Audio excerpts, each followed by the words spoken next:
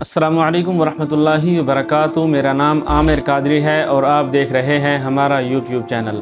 سب سے پہلے کریم آقا علیہ الصلوۃ والسلام کی ذات مقدسہ پر درود پاک کا نذرانہ پیش کر لیتے ہیں۔ اللہم صلی وسلم وبارک علی سیدنا و مولانا محمد معدن الجود والکرم وعلی آلہ وصحبہ وبارک وسلم۔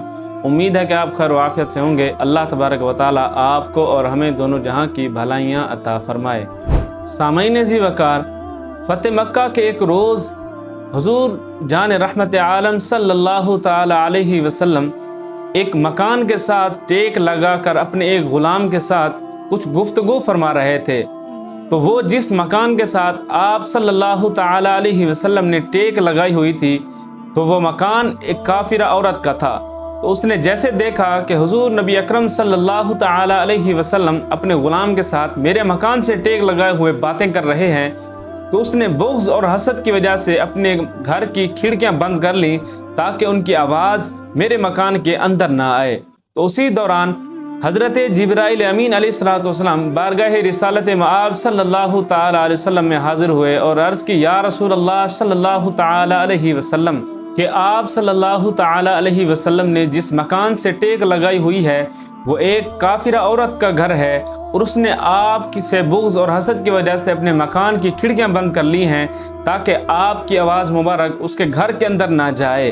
تو اس نے اپنے مکان کی کھڑکیاں بند کی ہوئی ہیں، اور اللہ تبارک و تعالیٰ فرما رہا ہے کہ آپ کی پشت مبارک اس گھر کو ٹکر لگا گئی ہے، آپ کی پشت مبارک اس گھر کو مس ہو گئی ہے۔ تو اب میں نہیں چاہتا کہ یہ گھر دوزخ میں جائے یا اس گھر میں جو ہے وہ دوزخ میں جائے۔ تو اللہ تبارک و تعالیٰ ارشاد فرما رہا ہے کہ محبوب، اس نے اپنے مکان کی کھڑکیاں بند کی ہیں اور ہم نے اس کے دل کی کھڑکیاں کھول دی ہیں۔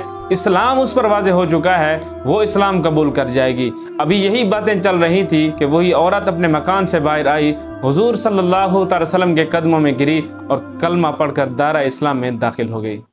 تو کسی نے کیا خوب کہا تھا، جدھر جدھر بھی گئے کرم کرتے گئے، کسی نے مانگا نہ مانگا، جھولیاں بھرتے گئے۔ سامعین حضرات، یہ ہے اللہ تبارک و تعالیٰ کا اپنے محبوب کریم علیہ الصلوۃ والسلام سے محبت کا نرالا انداز کہ محبوب، آپ نے اپنی پشت مبارک ایک مکان سے ٹکر دے دی ہے، مس کر دی ہے، تو اب اس مکان کے اندر رہنے والا یا اس مکان کا کوئی جز ہے، کوئی فرد ہے، وہ دوزخ میں نہیں جائے گا، وہ دوزخ میں نہیں جلے گا۔ تو اللہ پاک نے اس کو ہدایت عطا فرمائی اور اسلام اس کے دل کے اندر ڈالا اور وہ مسلمان ہو کر دائرہ اسلام میں داخل ہو گئی۔ تو سامعین محترم، ہم بھی اللہ تبارک و تعالیٰ کے فضل و کرم سے مسلمان ہیں اور رسول پاک صلی اللہ تعالی وسلم کی امت میں سے ہیں۔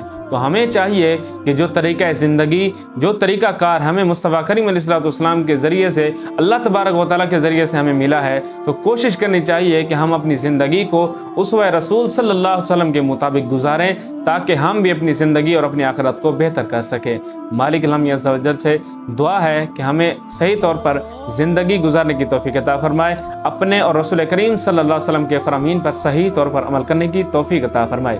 سامعین ذی وقار، اپنے دنیاوی کاموں کے ساتھ ساتھ اپنی نمازوں کو فوقیت دیا کریں، ان کو ان کے اوقات میں ادا کیا کریں۔ اللہ پاک ہمیں عمل کی توفیق عطا فرمائے۔ السلام علیکم ورحمۃ اللہ وبرکاتہ۔